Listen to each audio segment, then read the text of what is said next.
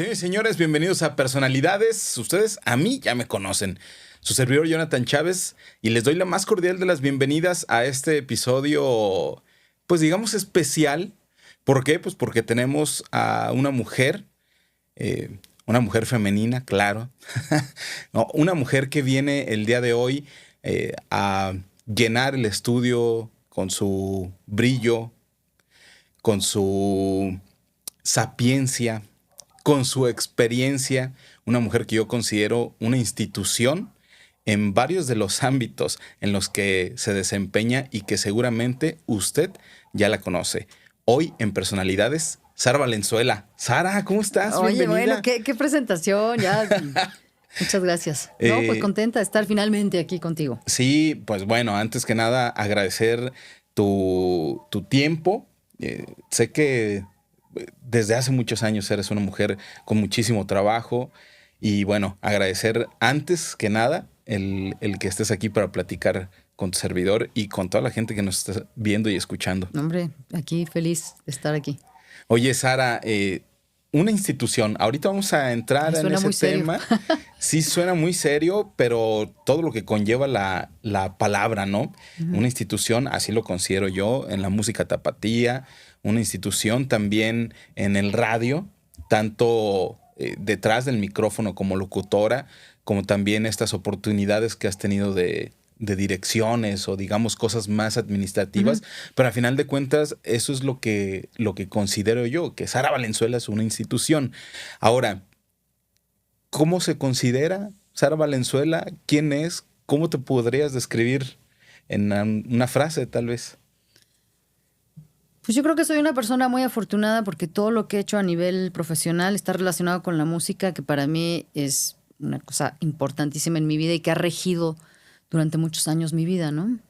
¿Cómo te encuentras con la música? ¿Cómo llega este primer momento con la música? Pues yo tengo recuerdos desde muy chica de que en mi casa siempre hubo música, aunque mis padres no se dedicaban a la música, ¿no? Pero mi papá y mi mamá eran bastante melómanos y había una gran colección de acetatos en mi casa.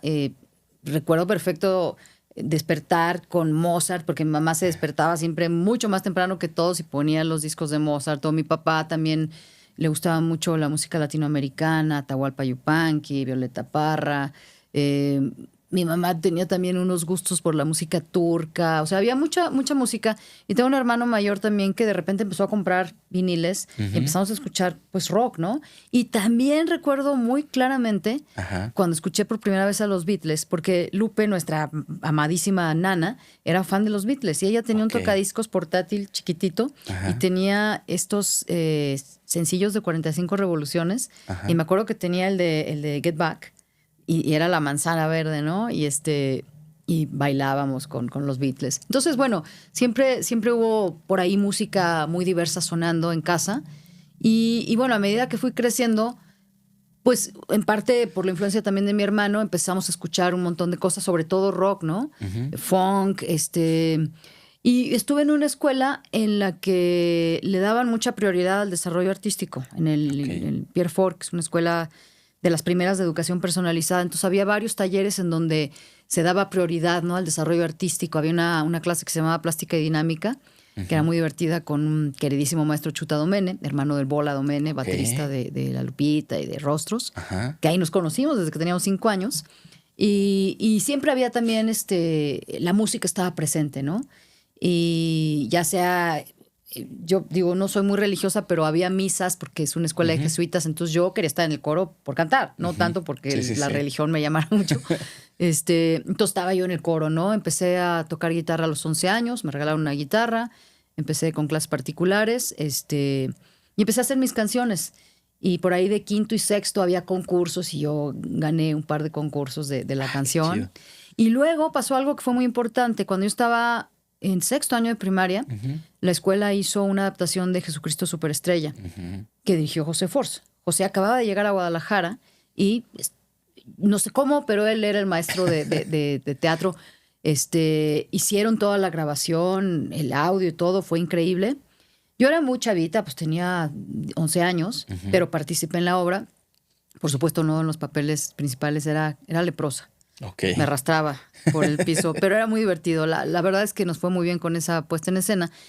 Luego ya en secundaria, pues ya José se quedó como el maestro de teatro Ok. y empezamos a hacer más cosas. Hicimos una versión musical de Amor sin Barreras, pero en lugar de ser puertorriqueños y gringos éramos punks y rockers. Obviamente yo era rocker, ¿no? Ok. Y esa fue mi primera experiencia en un estudio, porque José nos llevó a un estudio de grabación, Ujú. porque se hizo un disco de 4 canciones, también un sencillo de 45 revoluciones, y yo cantaba un cachito, yo creo que 30 segundos en el himno de los Jets, ¿no? Que eran los rockers. Entonces para mí fue así como, wow, el estudio, ¿no? El micrófono, los audífonos. Presentamos la obra y de ahí se derivó un grupo ya extraescolar, que se llamó Grupo de Teatro Experimental X, que fue muy importante en esa época de 80s, 90s. Ujú. Se hicieron varias puestas en escena que en ese momento creo yo eran pues muy adelantadas a su época, ¿no?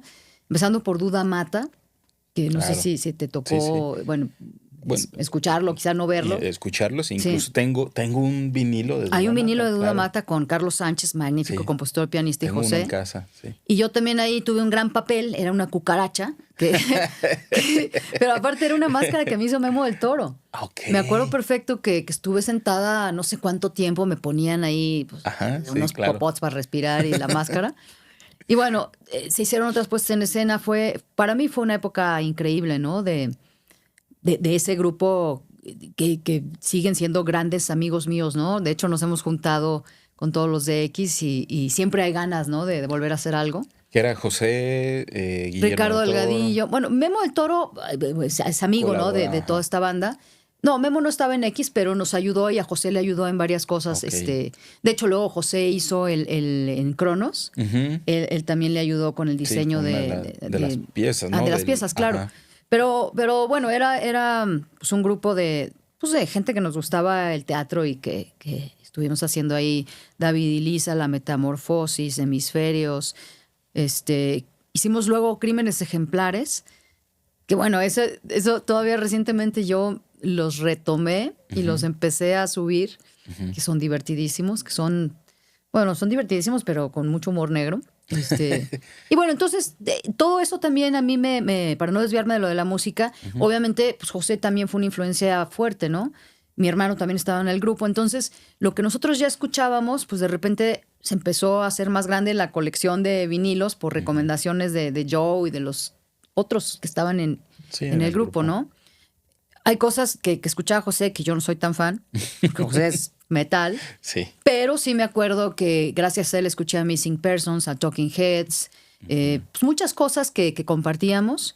Y pues no sé, una cosa te lleva a la otra, ¿no? O sea, empezaba a ir a los conciertos de Mask, que era la primera banda que tuvo José aquí Sí, en José. Guadalajara.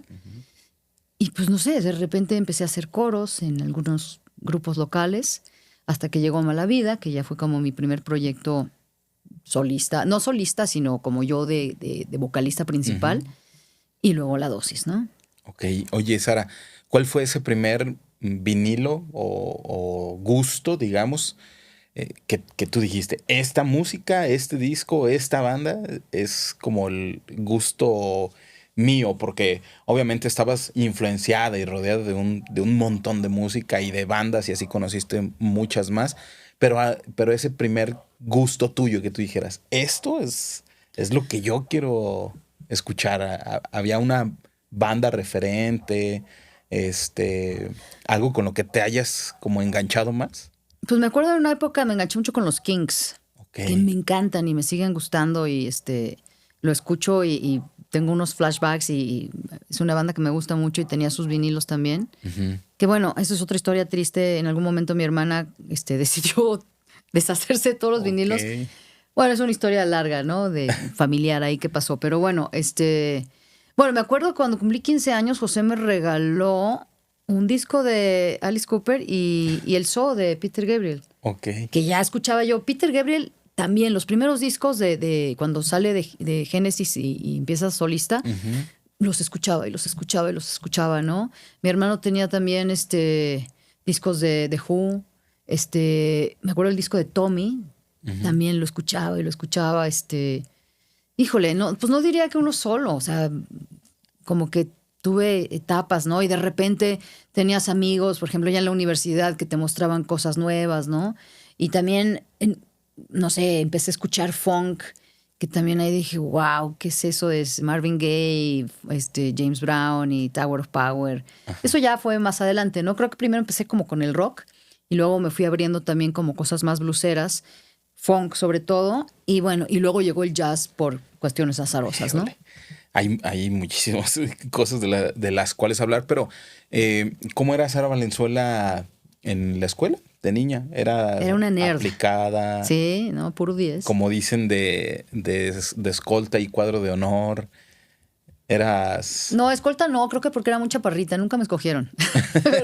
pero qué bueno, porque la verdad no me llamaba mucho la no era atención. lo tuyo. No, pero sí era muy aplicada y sí era como muy líder, ¿no? O sea, en los deportes era buenísima y siempre estaba jugando vóley, kickball, o sea, siempre iba a los torneos. Dice mi mamá, me contó una vez que yo muy chiquita, o sea, lloraba porque la tarea estaba arrugada, entonces quería que me la planchara. Ok. Sí, fui muy nerd. Fui muy nerd, pues sí. ¿Y en casa eras relajienta? No, ¿Eras muy fíjate que mi tranquila? hermano David y yo éramos muy tranquilos Ujú. y mis dos hermanas, las que siguen, esas sí le sacaron canas verdes a mis papás. Como que se dividió ahí la cosa, pero no, la verdad es que yo siempre fui muy pegada a mi hermano. Mi hermano es un tipazo, es doctor en ecología, es un tipo maravilloso y también un gran melómano y actor también. Entonces, como que yo me pegué mucho a eso. Entonces, pues no, realmente no tuve una etapa de destramp. Estaba muy concentrada en cuando muchas quizá de gente que tenía mi edad estaban en el Reven y todo. Yo estaba clavada en el teatro, ¿no? Estaba con gente mucho más grande que yo, ¿no? Sí, creo que ese pudo haber sido algo importante, pues, ¿no? Que probablemente la mayoría eran mayores y entonces te permitían estar enfocada en eso. Y sobre todo era gente que ya tenía muy claro qué estaban haciendo, ¿no? O sea, José ya era un pintor muy destacado, estaban Trino y Gis también en esa banda, o sea, ya era gente que hacían cosas que, wow, decía yo, que bien, ¿no? Que tenían mucho más claro hacia dónde iban, yo no tanto, entonces para mí era como increíble estar en ese grupo, ¿no? De gente talentosísima, estaba Alfredo Sánchez, estaba Carlos Sánchez, estaba, pues sí, pues toda esa banda, ¿no?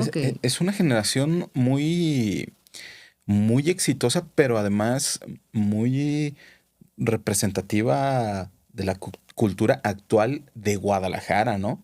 Los Sánchez en la música, Gis, Trino, Memo, por supuesto, Memo del claro, Toro. Guillermo del Toro en el cine, Gis y Trino como moneros, José también dentro de la música, pero además como pintor, pero además hizo mucho teatro, José. Sí. eh, Sí, y luego, o sea, después de esta etapa de X, muchos años después, José retomó, hicimos la ópera Rock Orlok, la del vampiro ajá. y la de Frankenstein, que fue también una etapa muy divertida. Justo eso te iba a preguntar, ¿qué significó para ti haber estado en Frankenstein?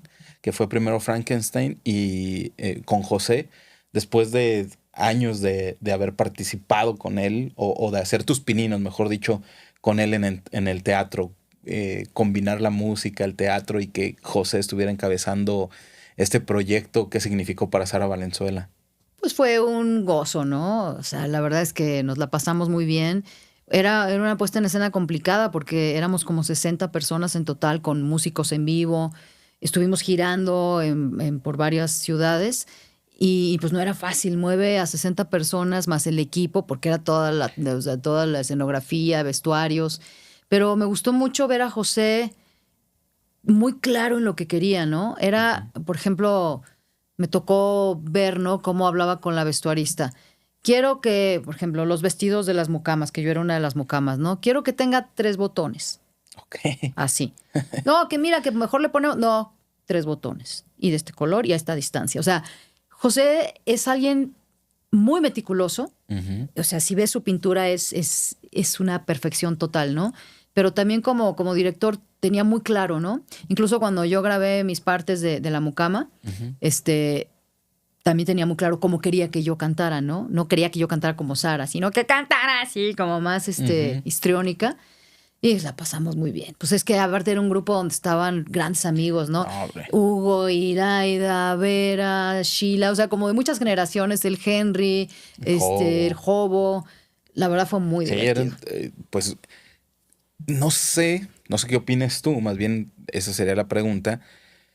¿Tú crees que pudo haber dado mucho Sí, más? claro. ¿Mereció de haber recibido también mucho más la ópera rock Frankenstein? Porque unía a 60 personas, Ujú. músicos de gran calidad.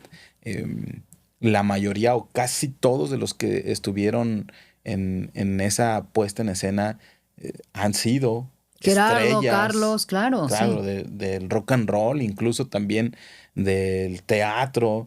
Era un gran elenco, no debió haber sido fácil, pero eh, ¿crees que debió haber merecido muchas más cosas la Pues a mí me ópera? hubiera encantado que sí pudiéramos presentar Frankenstein en muchos más lugares y en más ocasiones, ¿no? Porque además fue una producción costosa que Sí. la subsidió la Universidad de Guadalajara, que Ujú. fue que gran proyecto apoyado por ellos.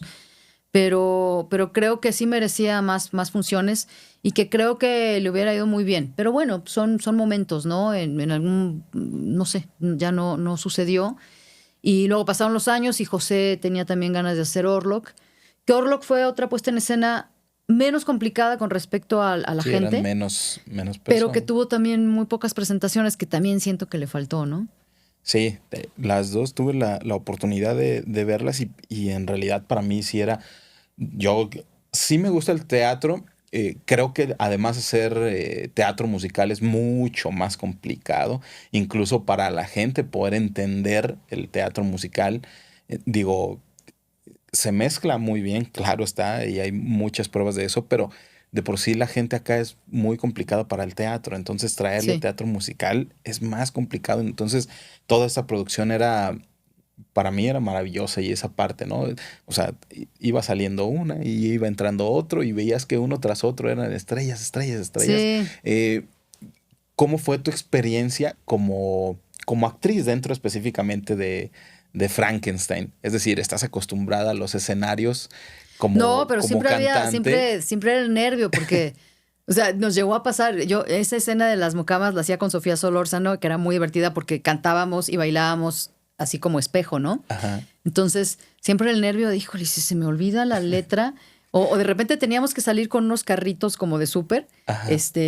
y el cue era en tal momento, ¿no? Y a veces estábamos en la plática, no, que, o sea, imagínate, o sea, faltan 10 escenas, ok, acá estamos, ¿no? Y de repente ya van a salir y Sofía corría al otro lado del escenario. Sí hubo un par de veces que casi se nos va el cue, pero en general era pues, esa adrenalina que es padre también, ¿no?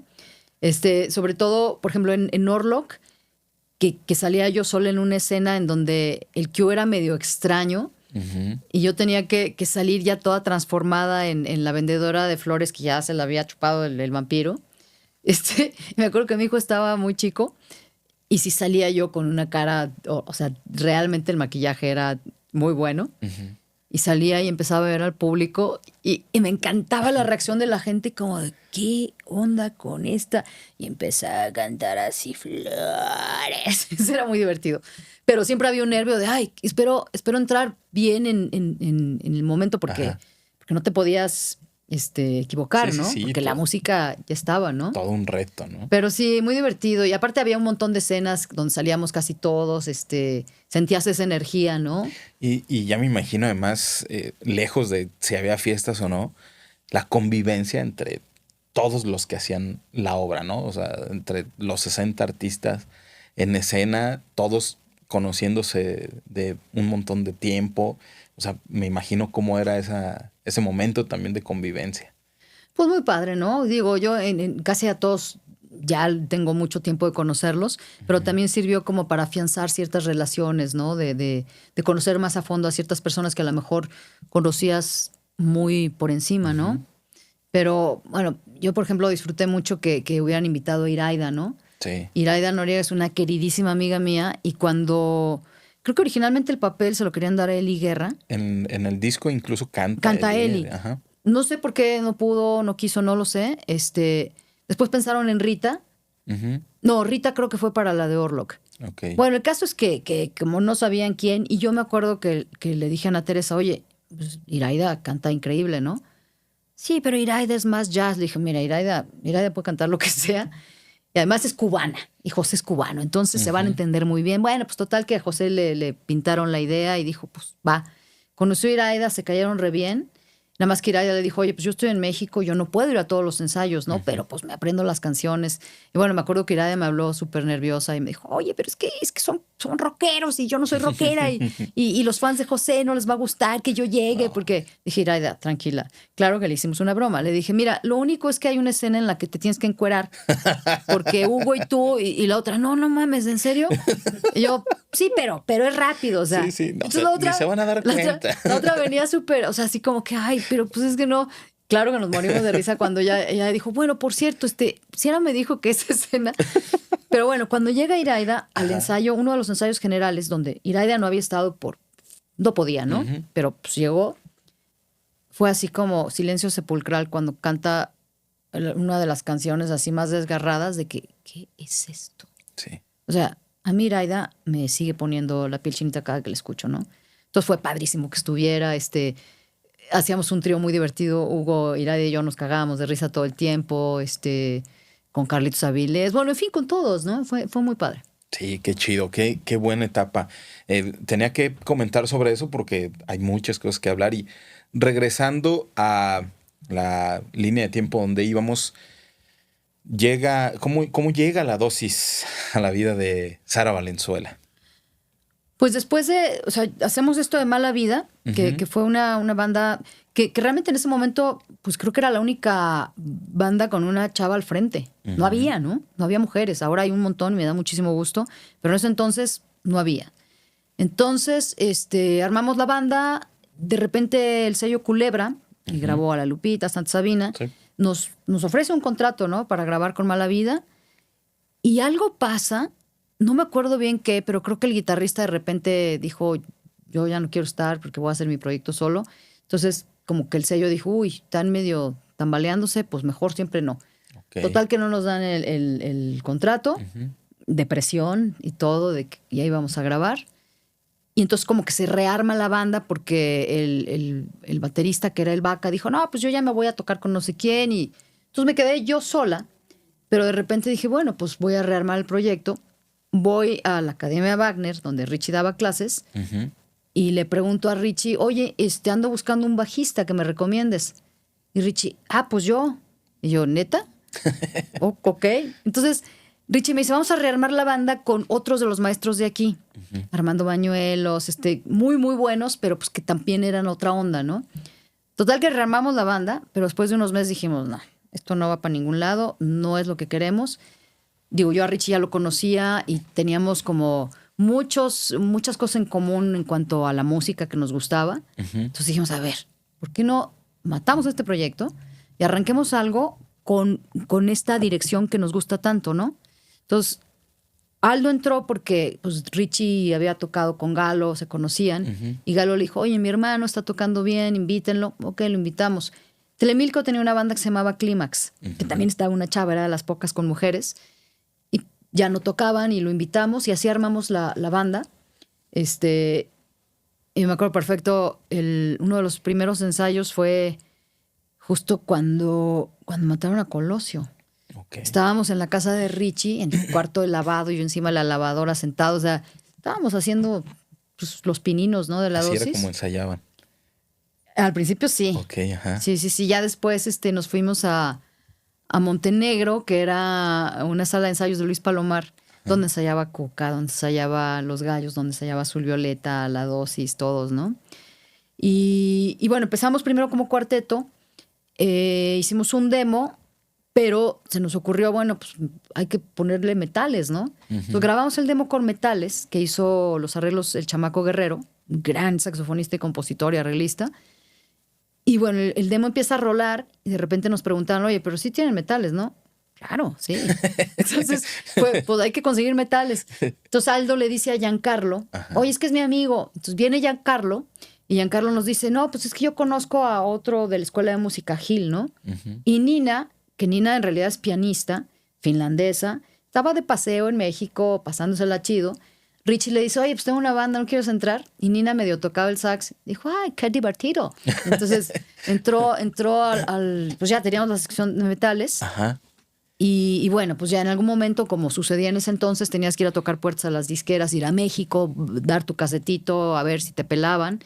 Y en una de esas, Robbie Lear, que dirigía el sello de Sony, pues le encantó la banda y dijo, a ver, voy a ir a verlos al Río Nilo, que era un concierto con Caifanes, Fobia, y vamos a tocar nosotros, ¿no? Los voy a ir a ver. Y esa es la prueba de fuego, ¿no? Ok. Si me gusta la banda en vivo, ya están, ¿no? Pues nosotros súper preocupados, terminó y nos dijo, ya está, firmamos la siguiente semana. Y así fue, ¿no? Como empezó la dosis. La historia del rock and roll tiene muy pocas mujeres, ¿no? En Guadalajara eras de las primeras mujeres, una front girl, que ahora se utilizan esos términos, en aquel tiempo creo que no, pero fue complicado ser rockera en esa época, en un mundo en donde pues gobierna, por decirlo así, o gobernaba el hombre rock and rollero. ¿Te la viste complicada? Siempre me han preguntado eso. No especialmente, ¿eh? Creo que estuve como a lo mejor siempre cobijada por un grupo de buenos amigos. Sí me llegaron a pasar cosas desagradables, ¿no? La clásica que te gritan peladeces o te quieren aventar cosas o se quieren pasar de lanza, ¿no? Pero nunca sentí como un rechazo, ¿no? Sí, de pronto era así como que algunas personas cuestionaban, ¿no? De, sí cantas, o si traías la guitarra y sí tocas, ¿no? Uh-huh. Pero digo, o sea, a lo mejor en Guadalajara en ese momento yo era de las pocas, pero ya había, Rita ya estaba haciendo cosas, estaba Cecilia Toussaint, estaba Kenny, estaba Betsy, o sea, había ya un montón de mujeres que para mí eran importantes como una influencia directa, ¿no? De que estaban haciendo las cosas bien, ¿no? Y que a ellas a lo mejor sí les tocó una época más ruda, ¿no? A Cecilia cuando empezaba. A Cecilia, digo, platicando con ella en un podcast, nos decía, bueno, cuando ella empezó, pues no la tachaban de fresa, ¿no? Uh-huh. De ¿qué está haciendo aquí la fresita? Porque salía en telenovelas de Televisa, ¿no? Y aparte era, o sea, es una mujer guapísima, entonces sí, a ella sí le costó, ¿no? Por el estigma de Televisa. Entonces creo que eso ha sido la historia de las mujeres en la música en general, como de demostrar, como que siempre...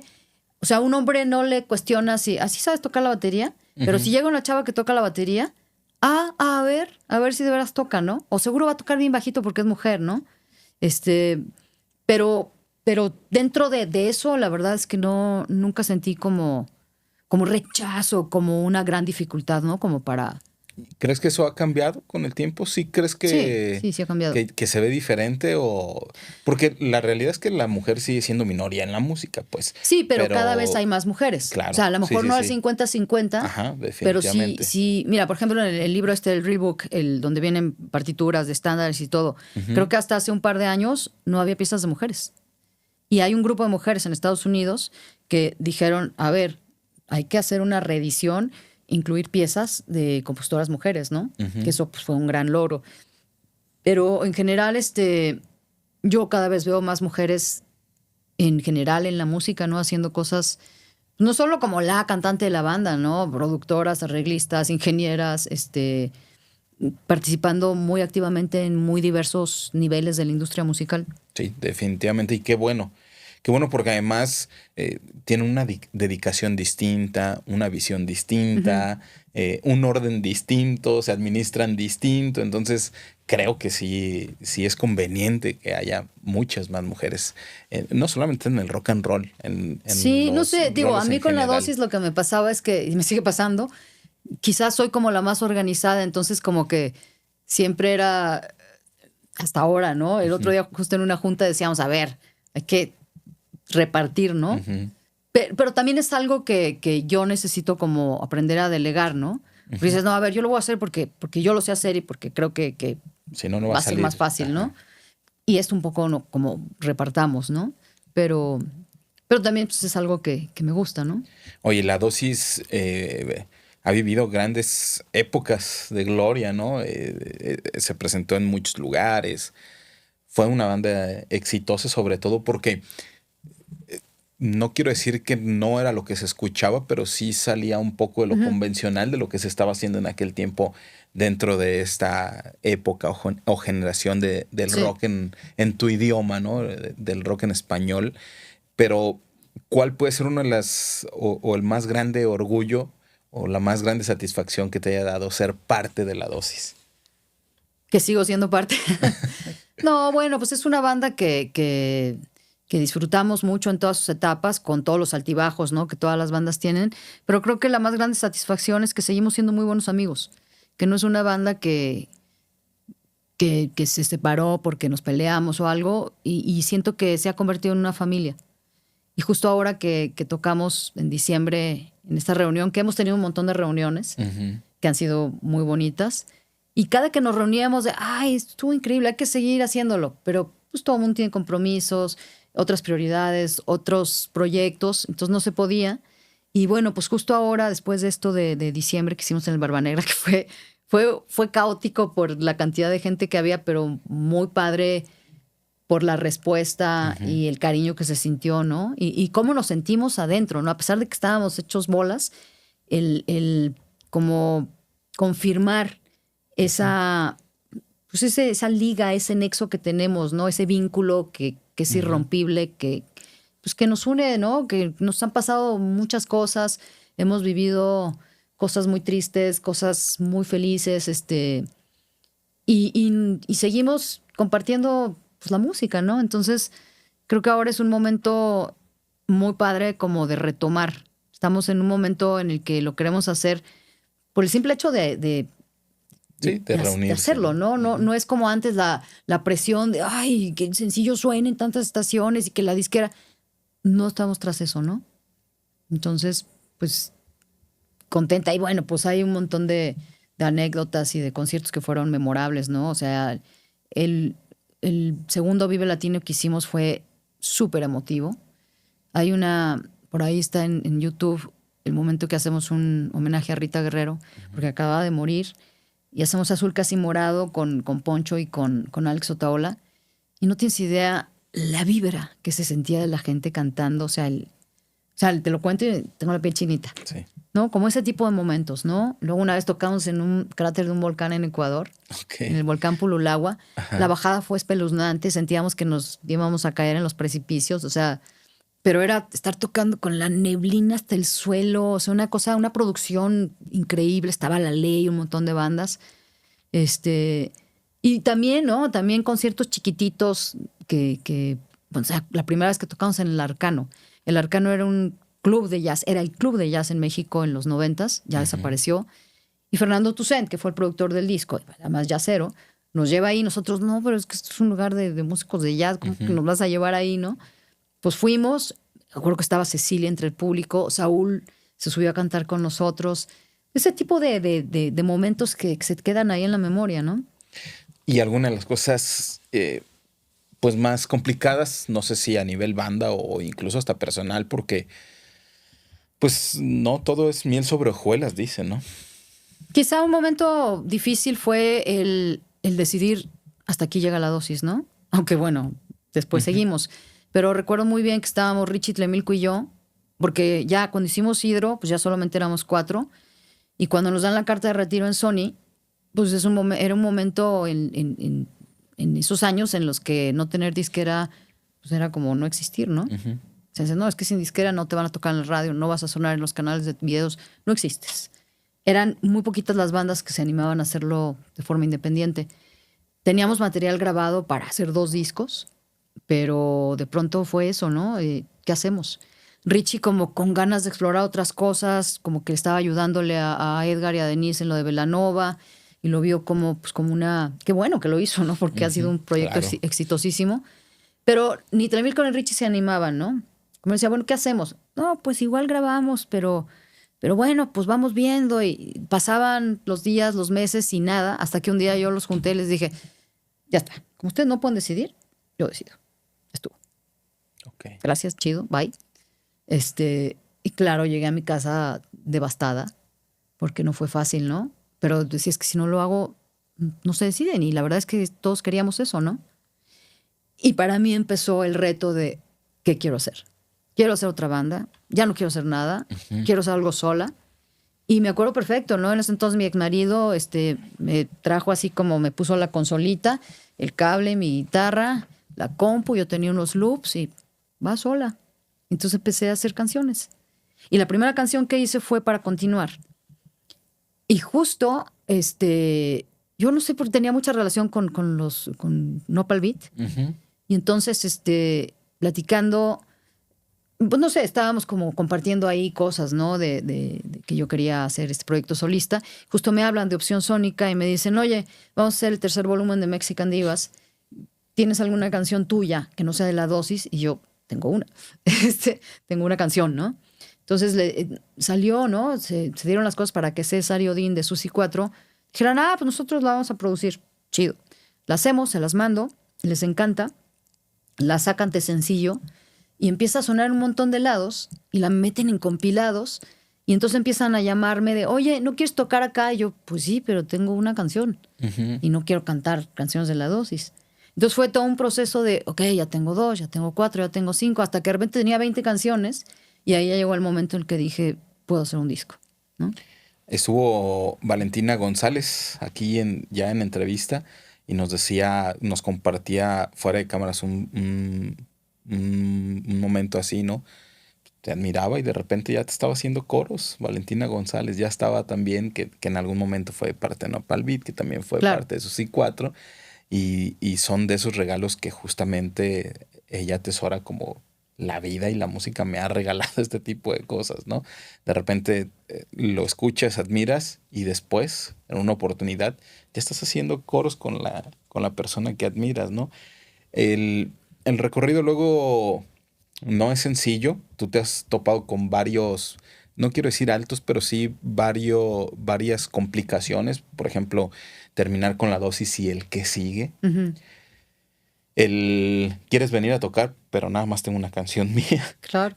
Y, no, bueno, pues reinventarte y hacer. Exacto, ¿no? Era ese momento de quiero hacer algo y no quiero emular lo de La Dosis. Ya lo hice, ¿no? Aunque me encante, pero quería hacer algo mucho más personal, que resultó, el lado a mí es un disco que hace poco celebramos 20 años del disco y mucha gente me decía que sentían que es un disco muy atemporal.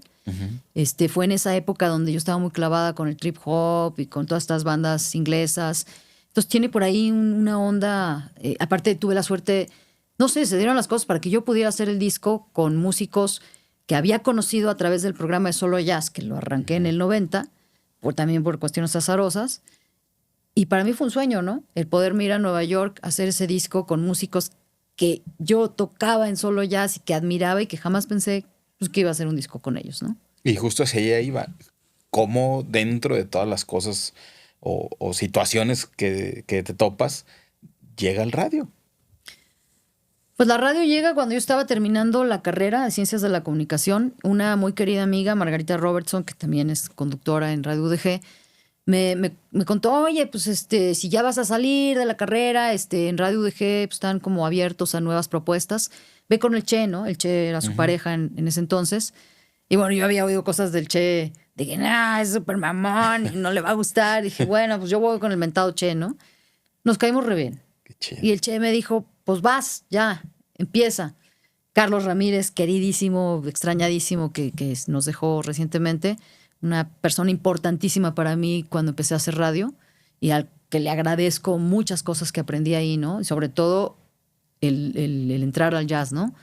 Pues nada, empecé a hacer un programa que se llamaba El Andén, que eran entrevistas, fue Memo del Toro, fue Carlos SG, o sea, todos mis cuates los invité y había unas secciones ahí muy simpáticas y música, ¿no? Pero yo tocaba sobre todo rock, ¿no? Y de pronto, Solo Jazz ya existía desde hacía como 4 años, eran sobre todo cintas de la BBC, de la Deutsche Welle, y había una chica que hacía el programa y dijo, yo ya me voy a vivir a Canadá y se ven. Entonces me dijeron, oye, ¿el programa qué no lo quieres hacer? Y yo, pues sí, pero yo no sé nada de jazz, ¿no? O sea, medio ubico ahí a Billie Holiday y había unos discos que tenía mi papá de orquestas, pero nada más, ¿no? Y pues me convencieron de que yo nada más tenía que hablar sexy y que alguien iba a darme información, cosa que nunca sucedió, ¿no? Sí, fue así. Era mucho estrés porque decía, es que yo no sé nada, ¿no? Sí. Y no había como ahora que te metes a internet y está toda la info. Entonces me compré el libro del jazz de Joaquín Berendt que es muy recomendable para quien quiera entender el jazz de sus inicios hasta épocas actuales por décadas. Y revistas, ¿no? Pues cómprate la Downbeat y la Jazzis y tal revista también. Y gente muy, muy, muy linda, ¿no? Que me decía, oye, te voy a mandar tal disco para que lo pongas, o ahí te van unos cassettes. Rogelio Flores, me acuerdo que me dio un cassette que decía Fake Jazz, Lounge Lizards. ¡Wow! Me voló la cabeza. El baterista de Lounge Lizards produjo el disco de Lado Oeste. Ok. Que fue de las primeras cosas que dije, esto me vuela la cabeza. Mark Ribot tocando ahí, y ellos tocaron el disco, ¿no? Fue unas cosas así, no sé cómo sucedieron, ¿no? Y bueno, pues me fui adentrando. Carlos fue de los que me dijo, mira, ahí hay una fonoteca con un montón de acetatos de jazz. Me llevó de la manita, siéntate, escúchalos. Y empieza a meterte, ¿no? De repente era como, ¿qué es este solo de 25 minutos de John Coltrane? O sea, empecé a tomarle un gusto, ¿no? Y a entenderlo. Y sobre todo a aprender de mucha gente que ya estaba dentro del jazz, ¿no? Que fue muy generosa conmigo. Y luego, pues una cosa llevó a la otra. De repente llegó una chica de Chicago que estaba haciendo algo en la UDG. Me dijo, oye, hay un gran festival en Chicago, ¿por qué no vienes? Ok, pues voy con Carlos y le digo, oye, ¿vas? ¿Qué necesitas? No, pues el vuelo, ¿vas?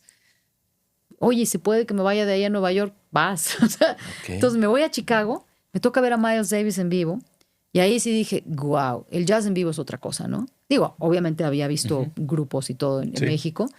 Pero, pues no sé, de ahí empecé a como conectar con ciertas personas, con ciertos medios, y la cosa fue creciendo, ¿no? Y luego, no sé, por las áreas del destino también empecé a tener mucha relación con músicos de la escena downtown en Nueva York, muchos de los cuales son muy queridos amigos ahora. Y de ahí empezó otra etapa mía como de promotora, ¿no? Como de curadora de ciertos ciclos que hicimos con la UDG, con la Secretaría de Cultura. Y sobre todo surgió porque yo de repente tuve la suerte de ver a ciertos grupos fuera de México y yo decía, wow, esto a mí me voló la cabeza. Yo quiero que vayan a Guadalajara y pase lo mismo con la gente. Y sucedió, ¿no? Como aquel concierto de Medeski, Martin and Wood sold out en el Hard Rock, ¿no? Y que la gente salió así como, ¿qué es esto, no? Y para mí esa era como la gran satisfacción, ¿no? Y hasta ahora yo creo que eso es lo más bonito de haber hecho solo jazz tantos años. Cuando llega gente y me dice, oye, yo no escuchaba jazz, pero empecé a escuchar tu programa y ahora soy un gran fan. O tú me recomendaste a tal músico y me voló la cabeza. O fui a tal concierto que tú dijiste que estaba chido y me encantó, ¿no? O gente que decía, ¿y esto es jazz? Está chido también, ¿no? Entonces, para mí eso ha sido como, no sé qué tanto haya aportado, pero creo que de alguna forma mi labor en el programa, en la radio, ha servido para generar nuevas audiencias y para como poner la semilla del jazz en mucha gente que a lo mejor no se sentía cercana al género. Además, digo, definitivamente, y a eso me refería con la introducción de que, bueno, pues Sara Valenzuela, desde mi muy humilde punto de vista, es una institución, no solamente en la música tapatía, no solamente en lo que tiene que ver también con el jazz, porque has abierto muchas puertas, porque las bandas que pudiéramos decir que ahora son parte de la escena de jazz de Guadalajara, todas debieron de haber pasado por ti, por Solo Jazz, sino también de la radio. Es decir, Sara Valenzuela es una institución y de repente siento como que ni Sara Valenzuela se la cree.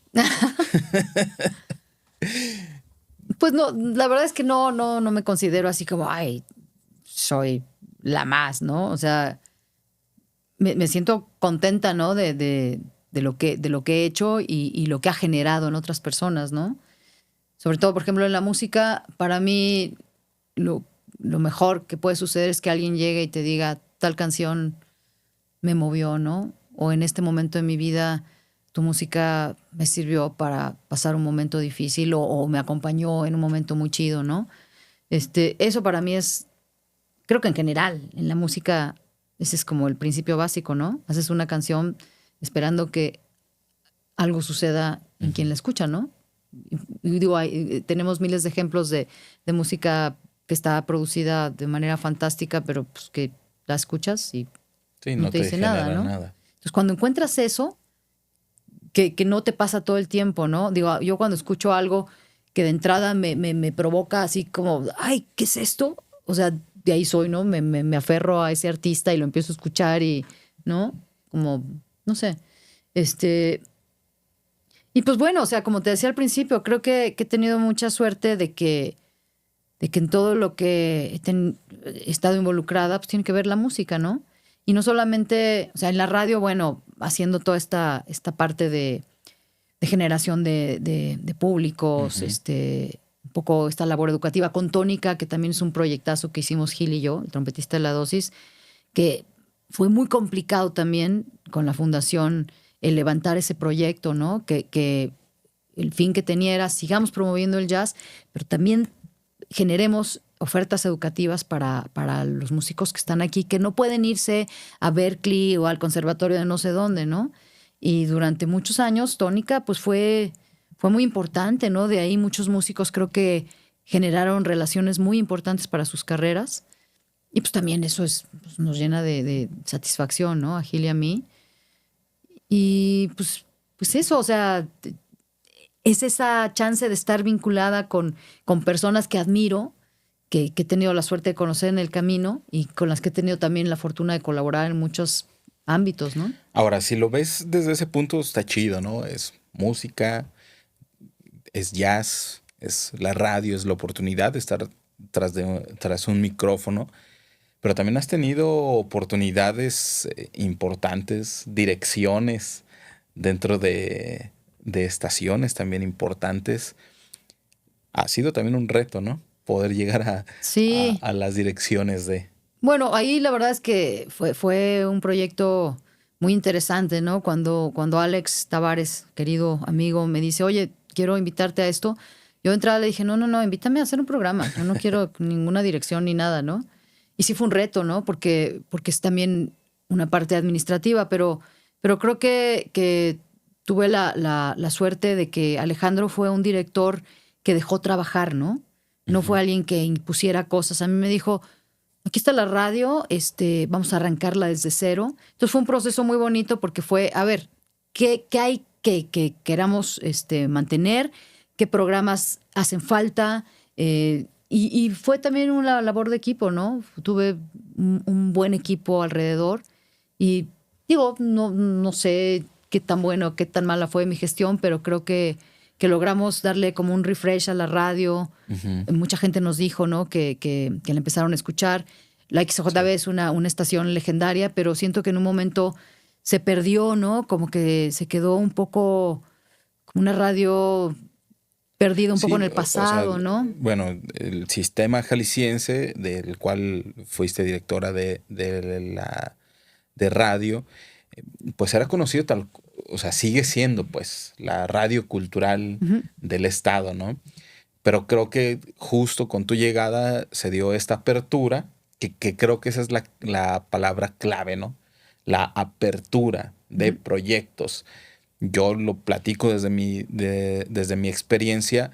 Yo llegué con un proyecto llamado, o más bien refiriéndose a la lucha libre específicamente, y tener esa oportunidad o esa apertura tuya en decir, bueno, pues la lucha libre no solamente es un deporte, no solamente sean de madrazos, sino es parte de la cultura mexicana, es parte de la cultura tapatía, porque hay una arena muy grande que va a cumplir 65 años, es decir, desde hace 65 años o más hay lucha libre en Claro. Guadalajara, y ahora la misma Arena Coliseo es un punto de referencia para cualquier turista que viene a Guadalajara, tiene que venir, ¿no? Entonces, esta apertura de decir, bueno, es lucha libre, pues hay lucha libre. O sea, hubo muchos temas, se abrió Sí. hacia muchas áreas, que creo que eso al final terminó haciendo esto, ¿no? Trayendo de nueva cuenta o trayendo nueva audiencia, y que fue un arduo trabajo. También había una barra específica en el FM, en donde era rock, espacio de 5 a 6 de la tarde, en donde era específicamente Sí, rock and como se roll cubrían, tratamos de cubrir muy diferentes estilos, ¿no? Ujú. Géneros, sin olvidar, por ejemplo, la música clásica que ha Claro. sido siempre distintiva de la JB, ¿no? Pero creo que esa fue quizá fue algo muy afortunado, ¿no? El poder tener esa diversidad que creo que, pues, que fue, que atrajo nuevos públicos, ¿no?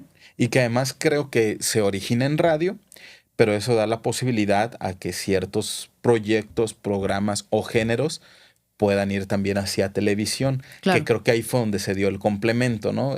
Estos mismos tópicos que se están trayendo al radio también pueden ser retomados desde la televisión y una cosa colaboró a la otra, ¿no? La retención de más público. En términos generales, ¿cómo fue tu experiencia en la dirección de radio del Sistema Jalisciense de Radio y Televisión? Pues fue de mucho aprendizaje y aparte nos tocó pues la pandemia, ¿no? Ujú. Y fue duro, pero seguimos, o sea, nunca nos fuimos realmente, o sea, Ujú. seguimos trabajando solamente en algún momento que se puso muy fuerte todo, quizá nos fuimos un par de semanas, pero ahí estuvimos al pie del cañón, nunca dejamos de transmitir, estábamos al aire, sí, fue duro, ¿no? Fue duro toda esa etapa. Me acuerdo en las juntas que decíamos, es que, o sea, toda esa incertidumbre, ¿no? Pero seguíamos con los proyectos y bueno, conforme se fue abriendo la cosa, pues ya como que vimos más claro. Pero sí, fue una experiencia muy linda porque yo nunca había estado en un puesto así que aparte de tener como toda esta libertad creativa, pues también tenía una responsabilidad administrativa, ¿no? Pero bueno, pues tuve un buen equipo y Alejandro fue un gran jefe, ¿no? Entonces aprendí mucho, le agradezco muchísimo al Sistema Jalisciense de Radio y Televisión y bueno, sigue el programa ahí, ¿no? De Solo Jazz. Si existiera la posibilidad de que, no específicamente ese lugar, pero de llevar la dirección de otra estación, ¿estarías lista para llevar a cabo dicha responsabilidad? No sé, algún Pues no sé, ofrecimiento de otra dirección depende del proyecto, ¿no? Si me dices una estación grupera te diría que no, pero pues no sé, ¿no? O sea, creo que hay que estar abierto a las posibilidades, no lo sé. ¿Qué hay en la actualidad en la vida profesional de Sara Valenzuela? Estrenaste el año pasado un disco, un Ujú. material, sigues haciendo solo jazz, bueno, viene no un reencuentro, sino una reunión más de la dosis. Viene una reunión, pero que creo que va a ser diferente a las otras reuniones que hemos tenido, Ujú. como mucho más organizada, sí, con planes de que no sea solamente un concierto, ¿no? En eso estamos. Padre, el proyecto está chido. Bueno, otra cosa también que hemos estado haciendo junto con Chava es pues arrancar una fundación cultural a la cual fuimos invitados, Fundación Cultural Consulta. Y uno de los proyectos que desarrollamos a lo largo de un año y medio fue un libro que se llama Músicos de a pie, un libro de fotografías de Mariano Aparicio que pues, nos encantó cómo se dio todo. Son fotos de músicos de 27 estados, 5 municipios en cada estado que hizo Mariano, que son parte de una exposición que él había hecho hace muchos años, donde retrató a más de 62,000 personas, pero de todo, ¿no? No solamente músicos. En algún momento que empezó lo de la fundación, yo platiqué con Mariano y me contó de esas fotos que tenía. Me dice, tengo un montón de fotos de músicos, ¿quieres verlas? Las vi y dije, wow, esto da para un proyecto muy interesante. Luego se nos ocurrió que en lugar de ser un libro de nada más de fotografías, podía tener también textos. Entonces invitamos a varios escritores a que a partir de una fotografía escribieran un texto. Les dimos a escoger varias fotos. Pues quiero escribir sobre este personaje. Vas. Cuentos, poesías, ensayos, entrevistas ficticias. Carmen Villoro, Laura Solórzano, Martín Solares, Bernardo Esquinca, Alfredo Sánchez, Enrique Blanc, Alonso Arreola, Chema Arreola, en fin, un montón de plumas que además, bueno, son... Don Cornelio, ¿no? Don Cornelio también, por supuesto. Muchos de ellos son músicos y otros pues no son músicos, pero escriben increíble. Todos le entraron felices al proyecto y luego a Chava se le ocurrió que saludos al productor. Saludos al buen Chava. Dijo, bueno, no nos dijo nada más llegó con uno de los textos, el de Alfredo Sánchez, que es sobre un tubero, pero que está contado en primera persona, que es muy simpático. Un día en una junta llega y lo pone y todos, ¿qué es esto? O sea, armó toda una producción maravillosa y dijimos, no, pues hay que hacer todos. Y Chava nada más puso cara de, ¿los 20? Sí, los 20. Y tratamos de que los autores leyeran sus textos. Ajá. Algunos nos decían, no, es que yo soy bien ranchero para eso. No, que sí, inténtalo. Y lo logramos, salvo con algunos que dijeron, no, yo de plano a mí no se me da. Pero Jaime López lo lee su texto, Federico Bonazo, Carmen Villoro, Cecilia Udave, todos leyeron sus textos, Chava hizo la producción. Y esos textos, en el libro viene una postal con un código QR y te lleva a esos audios que pues terminó, como decimos, siendo un libro de fotografías que suena, ¿no? Y hemos hecho ya algunas presentaciones en la FIL. Fuimos hace una semana al Club Privado San Javier. Vamos esta semana al Centro de la Cultura y las Artes en Ajijic. Después el 12 en la Secretaría de Cultura. En México vamos a la Fonoteca en marzo. Y la verdad es que el libro ha tenido una gran respuesta porque siento que, pues que antes que nada es un gran tributo a esos músicos anónimos, ¿no? Uh-huh. Y algo que me gustó mucho en una presentación pasada, Cecilia Udave decía, después de ver el libro, ver las fotos, leer los textos, ya no veo igual a los músicos de la calle. O sea, más allá de que les voy a dar una moneda, los voy a escuchar, ¿no? Sí. Porque también Carmen Villoro decía, todos estos músicos, al final de cuentas, lo que quieren hacer cuando están tocando es que tú seas feliz escuchándolos, ¿no? Porque vas en la calle, en el centro del organillero, pues te saca una sonrisa, ¿no? Uh-huh. O el marimbero que llega, o el de los sones veracruzanos. Y son músicos que pocas veces tienen el reconocimiento que merecen, ¿no? Creo que a final de cuentas, en base a lo mismo que comentabas hace un momento, se hace música esperando provocar algo en la otra persona, ¿no? Claro. Independientemente de donde estés, en un escenario, con una banda de respaldo, en un teatro con 4,000 personas o en la calle. Claro. Ahí.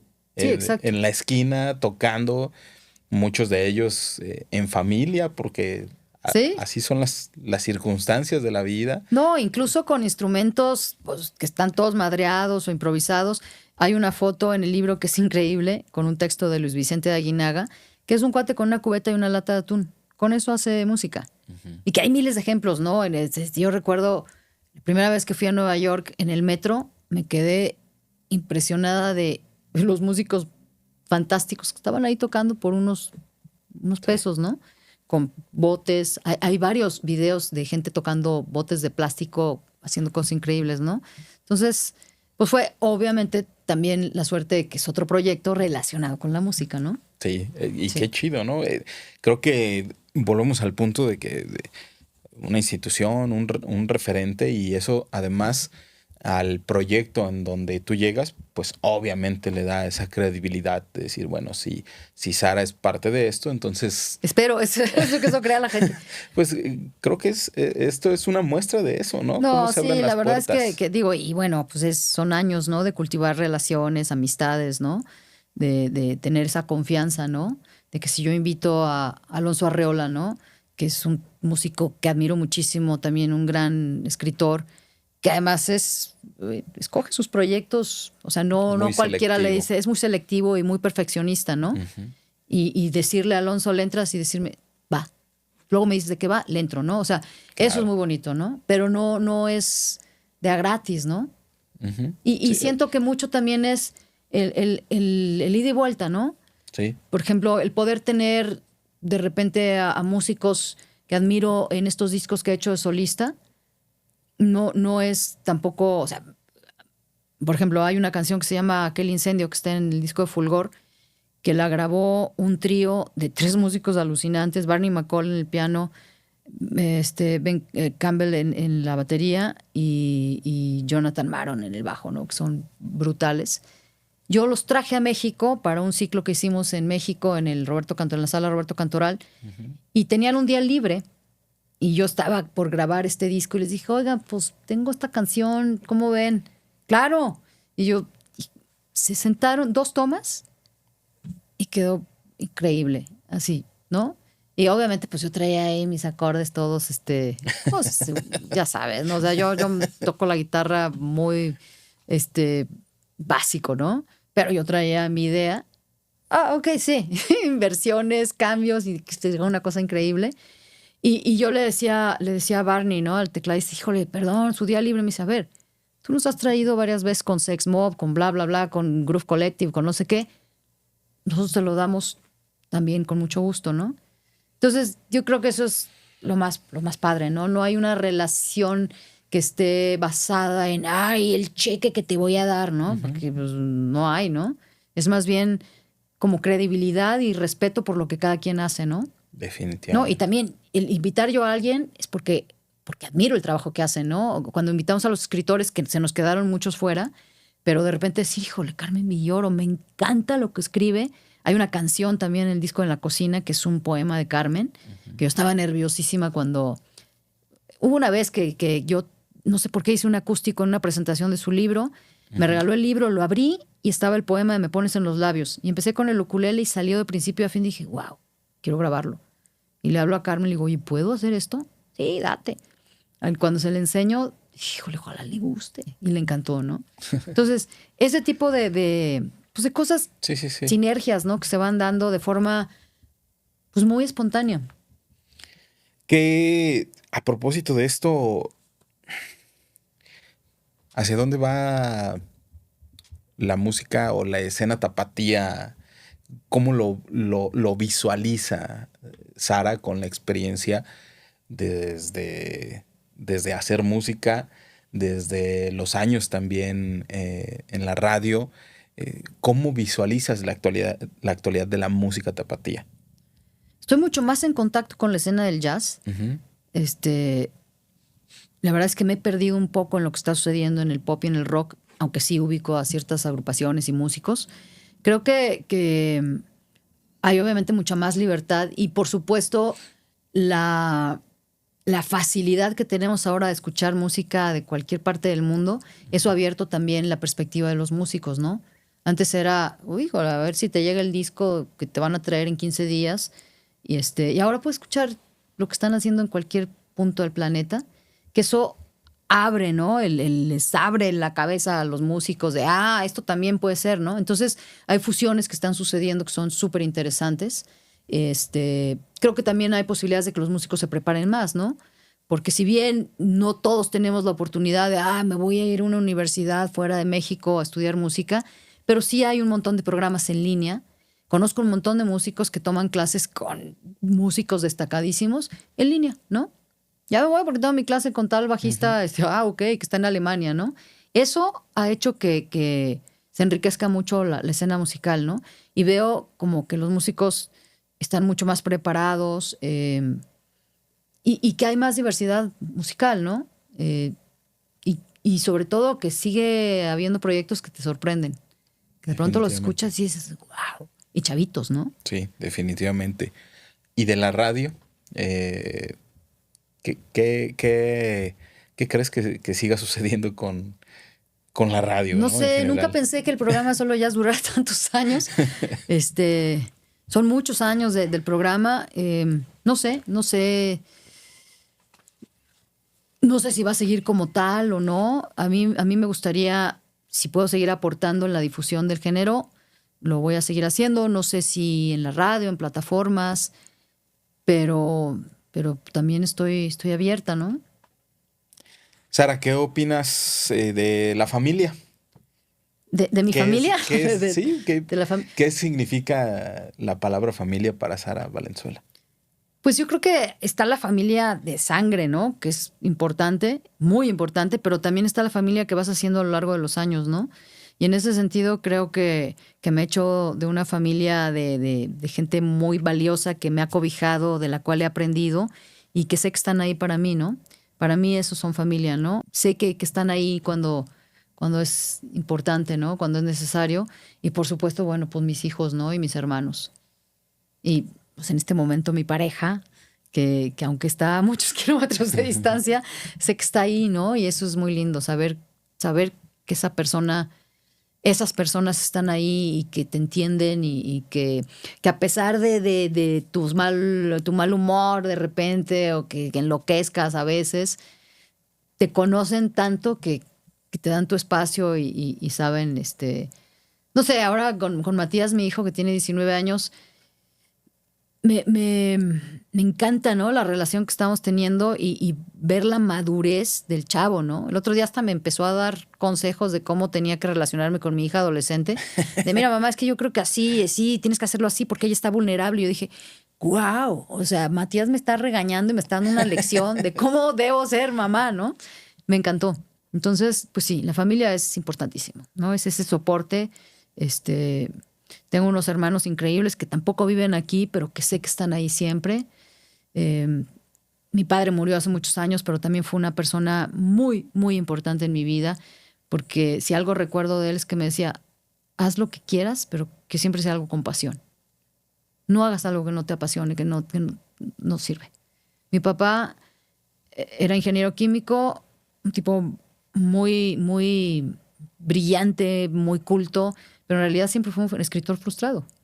Y Ok. hasta los últimos años de su vida empezó a hacer lo que quería.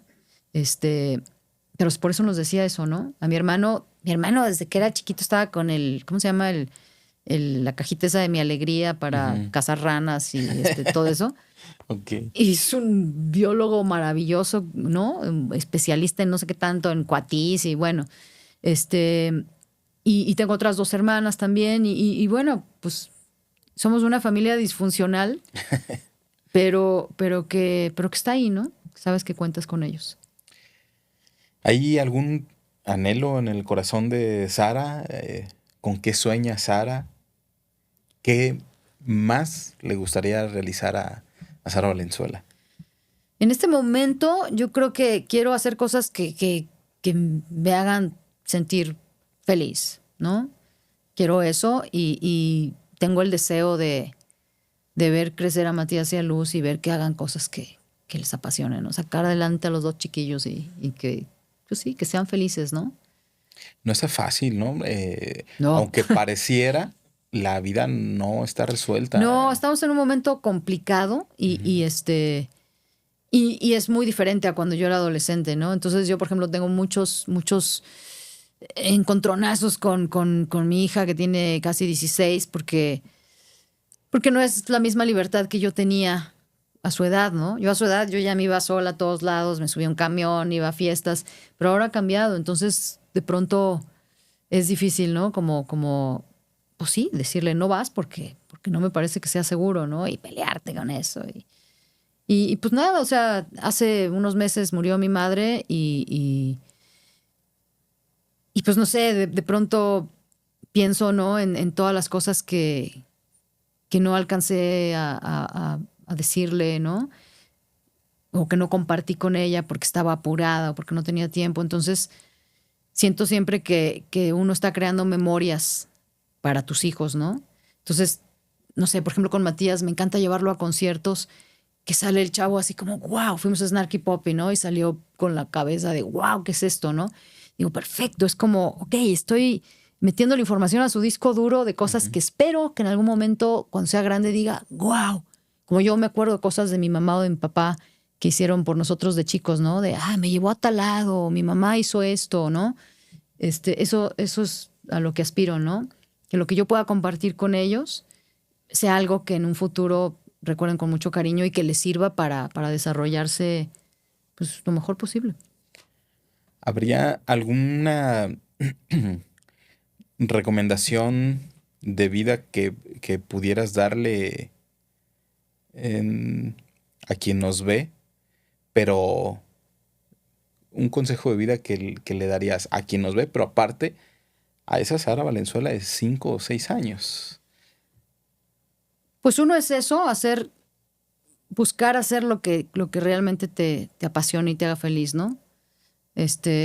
Yo sé que hay muchas cosas que son importantes porque la vida no es fácil y de pronto, pues sí, tienes que hacer ciertos trabajos que a lo mejor no te encantan, pero te dan el sustento, ¿no? Pero en la medida de lo posible, tratar de que tengas esas satisfacciones con lo que haces. Y la otra es que no dejen de decirle a las personas que quieres que estás ahí y tratar de pasar tiempo, ¿no? A mí hay cosas que ya no puedo regresar en el tiempo, ¿no? Te decía esto de mi madre y de mi papá, ¿no?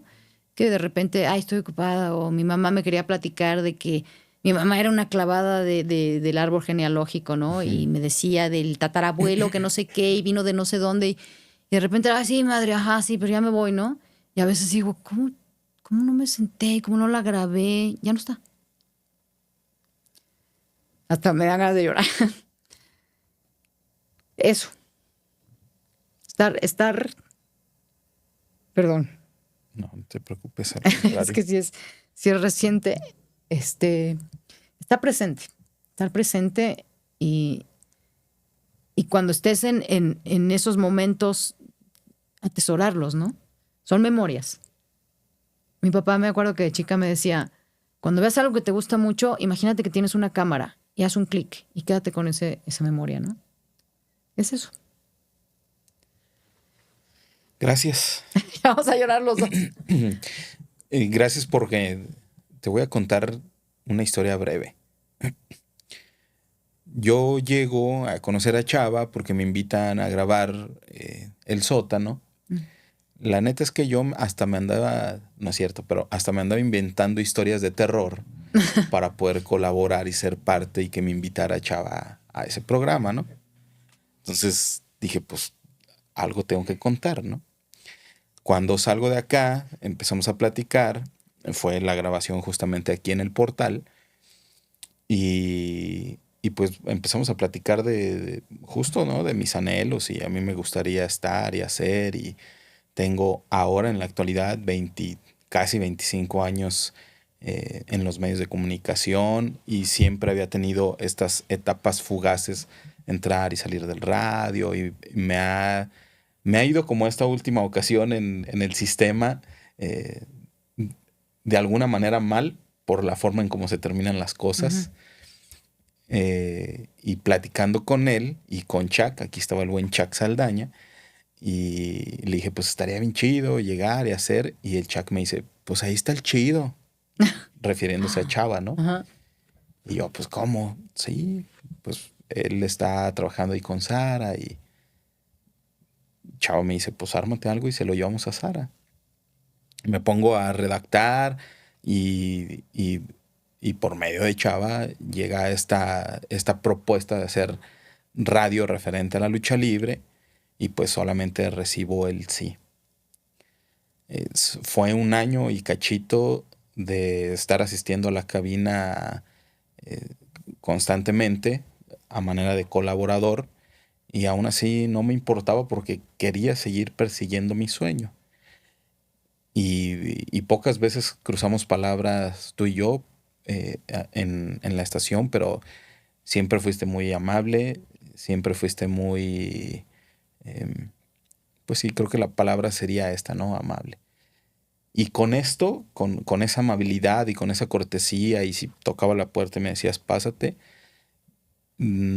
seguramente no sabías que contribuías a cumplir ese sueño de poder estar detrás de un micrófono y de ayudarle a ese ya no tan joven a realizar el sueño de hacer radio.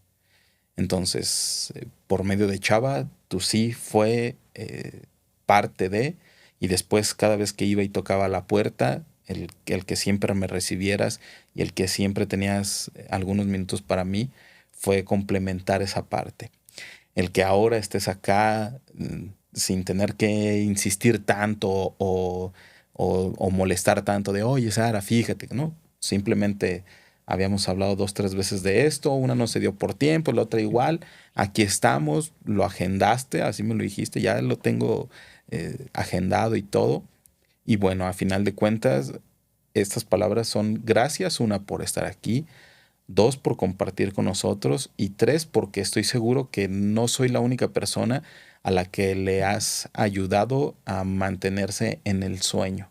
Muchas gracias. Gracias, Sara. No, gracias por lo que has hecho por medio de tus actuaciones, por medio de tu música, por medio de la radio. Gracias por ser parte de la vida de muchos de nosotros. No, hombre, muchas gracias. Muy bien. Gracias. Gracias. Bueno, ¿algo más que quieras agregar? Redes sociales, te pueden seguir escuchando. Sí, bueno, por ahora está el programa de lunes a viernes a las 6, ahí en el 96.3. Estamos haciendo sesiones en vivo, que eso es algo que he hecho desde hace muchos años, que ha sido también bien interesante porque hemos pasado del Calavera, la Santa, el Chango Vudú, el Chilantro, un montón de candela, ¿no? Ahora estamos en Barba Negra, que la verdad estoy muy contenta en este foro, que es también un lugar legendario, porque se escucha bien, se ve bien, la gente viene con la intención de escuchar. Y bueno, pues ha sido también una labor interesantísima, ¿no? El de ver desfilar tantos proyectos en vivo, ¿no? Que han sido parte de estas sesiones, que se mantienen desde hace muchos años, ¿no? Que vayan al Barba Negra los miércoles a las 8:30. Pues que esperen a ver qué pasa con la dosis. También espero, pues, no sé, en algún momento sacar algo nuevo, proyecto de Sara. Y bueno, pues otros proyectos con Chava que vamos a estar haciendo. Y sobre todo que se acerquen también al libro de músicos de a pie, que está increíble. Pueden seguir las redes de Fundación Cultural Consulta, en mis redes sociales, Sara Valenzuela. Y pues ahí estamos, a ver qué va saliendo. Qué chido. Pues, ¿qué más puedo decir, Sara? Que gracias por tu tiempo, gracias por tus palabras, gracias por compartir con nosotros. Hoy especialmente, siempre lo hago, pero hoy especialmente quiero agradecer mira, le digo de dos maneras, o es mi Chava o es mi Salvador. Y luego se convierte en las dos cosas al mismo tiempo. Exacto. Así es que, Salvador López, muchas gracias. Judith Mayorga en la edición, Salvador López en la producción. Desde el portal radio, si usted quiere hacer también, producir su podcast, comuníquese porque ya está apareciendo aquí en la pantalla el número para que usted pueda agendar. A nombre del portal radio, a nombre de su servidor Jonathan Chávez, gracias, Sara Valenzuela. Gracias, Jonathan. A todos ustedes, muchísimas gracias por ser parte de Personalidades. Adiós. Bye.